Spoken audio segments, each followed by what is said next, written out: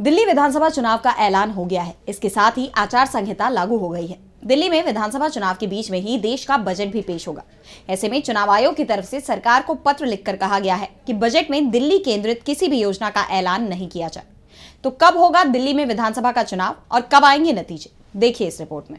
दिल्ली में विधानसभा चुनाव का ऐलान हो गया है। मुख्य चुनाव आयुक्त सीसी राजीव कुमार ने चुनावों का ऐलान करते हुए बताया कि दिल्ली की सभी 70 विधानसभा सीटों पर सिंगल फेज में 5 फरवरी को वोटिंग होगी। रिजल्ट 8 फरवरी को आएंगे। चुनाव का ऐलान होते ही दिल्ली में आचार संहिता लागू हो गई है। चुनाव आयोग ने केंद्र से कहा है कि वो दिल्ली केंद्रित योजनाओं का ऐलान नहीं करे। दिल्ली में इस बार चुनाव की पूरी प्रक्रिया 33 दिन में पूरी हो जाएगी। सबसे बड़ी बात तो ये है कि 1 घंटे से ज्यादा समय तक चली प्रेस कॉन्फ्रेंस में मुख्य चुनाव आयुक्त सिर्फ 10 मिनट दिल्ली चुनाव पर बोले और बाकी वक्त वो चुनाव में धांधलियों पर ही जवाब देते रहे।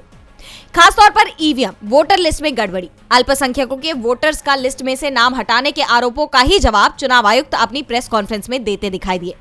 इस दौरान सीसीटीवी फुटेज दिए जाने और वोटिंग प्रतिशत अचानक बढ़ने को लेकर जो दलील दी गई, उस पर जरूरी सवाल उठने लगे हैं। तो दूसरी तरफ चुनाव का ऐलान होने के बाद अब राजनीतिक गतिविधियां और तेज हो गई हैं। दिल्ली के सीएम आतिशी ने चुनाव का ऐलान होने के बाद मोदी सरकार पर बड़ा आरोप भी लगा दिया है। उन्होंने कहा कि वो अभी भी सीएम है, लेकिन चुनाव का ऐलान होने से 12 घंटे पहले केंद्र की भाजपा सरकार ने मेरे सरकारी आवास से मेरा सामान निकालकर फेंक दिया। ये 3 महीने में दूसरी बार हुआ है। दिल्ली के साथ यूपी में अयोध्या की मिल्कीपुर सीट पर भी 5 फरवरी को वोटिंग होगी और 8 फरवरी को चुनाव परिणाम सामने आएंगे। डीबी लाइव की रिपोर्ट।